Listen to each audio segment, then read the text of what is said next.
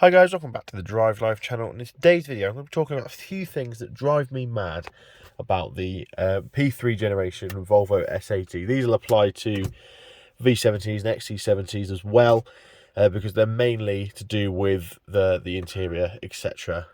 So let's get straight into it. Now, the first one is this lovely aluminium trim. Now, I'm not talking about this upper piece because that's like quite nicely nailed or textured, so it doesn't reflect. However, this one here and down here, I know they look lovely. However, that this polished aluminium is a nightmare for driving in the sun.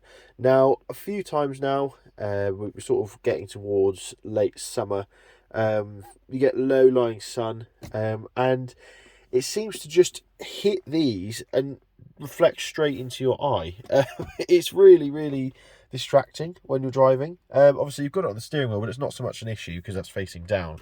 But it's mainly this piece here and this piece here. So that's something to consider. Let me know if you guys have had that issue. It might just be me. But I just find I actually have to put my sunglasses on to drive because it's reflecting off this, which is a bit of a bizarre oversight by Volvo, in my opinion. Next one is the automatic or non-automatic wipers, the automatic wipers that you have to turn on each time. Now, I made a video about this previously, and some of you guys said that actually it was because Volvo didn't want these to come on during cold weather and damage the wipers mechanism, which makes a lot of sense. However, this car was fitted with a automatic rear defroster, which comes on under a certain degrees. So I thought Volvo would have been able to perhaps control this to the point where it doesn't automatically come on in cold weather. Nevertheless, it's just a bit bizarre. You expect your wipers to come on, and you have to press it. So I've sort of got into the muscle memory now of every time I start the car up, I reach in and press the button, which is which does help eventually. But it's just a bit of a bizarre overthought again, in my opinion. Obviously, this is purely down to opinion. Other cars that I've had in the past. Now, the next one has got to do with the rear glass and the lack of a rear wiper. As you can see, there's a lot of water dots on the back here, and what I find is when you can't clear the water off the rear windscreen, you get a lot of dry watermarks. Now, I'll get out the car and I'll show you guys what I mean. As you can see here, we've got some water from where it's rained, and when you're driving along, this water will sit on here and just sort of create like a translucent film, which makes it quite difficult to see behind you. And obviously you have your side mirrors, etc., but through the rear mirror, the rear view mirror, it's a bit of a nightmare. Now, a lot of these saloon cars don't have rear wipers, although a lot of them have it as an option. Now, I'm not sure if Volvo were able to offer it because obviously they need to find a way of packaging it in and around this sill here, which could be a bit of a packaging nightmare. And obviously V70s and XC70s don't have this issue. Yours is fitted with a rear wiper as standard, so yeah, just a bit of a bizarre one. I've seen saloons that have it sort of mounted up the top here. There's no sort of aesthetically pleasing way of doing it, but I do think it would have been nice, or if they rain coated the glass like they've done on the mirrors, the front glass, etc., because as you can see, there's no water resistant coating on this glass, which is why the water sits on here. There's no sort of hydrophobic features, so yeah, it's a bit of a nightmare. Next one then, that comes to do, well, we're in the boot for it, but it's not actually a boot feature, it's the backrest release. Now, you have to excuse the various bits and pieces in my boot, it's a bit disorganised, but yeah, when you pull this, in a lot of cars, the seats will sort of shoot forwards. As you can see on here, they don't. So now I'm no better off having just pulled that.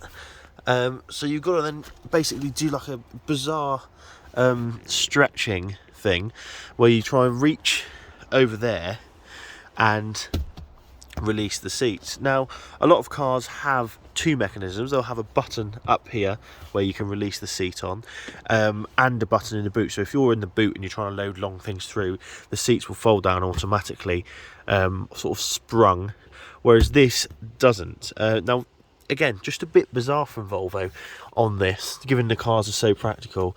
Like I said, on XC70s and the V70s, you probably don't have this issue, but yeah, a little bizarre. And another thing is the ski hatch. Mine actually isn't clipped in at the moment, but it's quite difficult to release from inside the back of the car. You have to do it from the boot, which on the S80 is a very, very deep boot to get through. So you are, if I just move this, you are reaching a very long way into there to try and get it open, which again, yeah, just a bit of a bizarre one.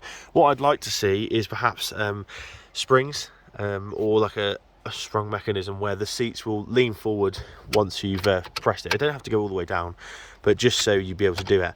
And then a release button perhaps here or on the inside of the car for the ski hatch. Now obviously it's not something that you use often, but because of that you can forget how to use it altogether. There we go, that's clipped in. So yeah, bit bizarre in my opinion, but no, apart from that, we are pretty golden on this car. Now these are just a few sort of things that I've noticed long term owning this car. They're not issues with the car, and there's absolutely no reason not to buy the car. Just a few things that I thought you guys would be interested to know about. Let me know your thoughts on them. Let me know if there's any that I've missed. Another thing that I find is the amount of stuff that sort of gets stuck in here is pretty mad as well. It sometimes feels like the S80 wasn't perhaps designed as well as the V70s were, perhaps because they obviously weren't going to sell as many. You don't tend to get these sort of traps for in the V70s and XC70s of like dirt and things like that. Yeah, as you can see, it just fills up with rubbish, and no matter how many times you clean it, within a few minutes it's full of leaves and dirt again. So probably give that a good old clear out as part of the sort of 100,000 mile restoration series. But yeah, thanks for watching. Don't forget to like, comment and subscribe, and I'll see you in the next video. Cheers.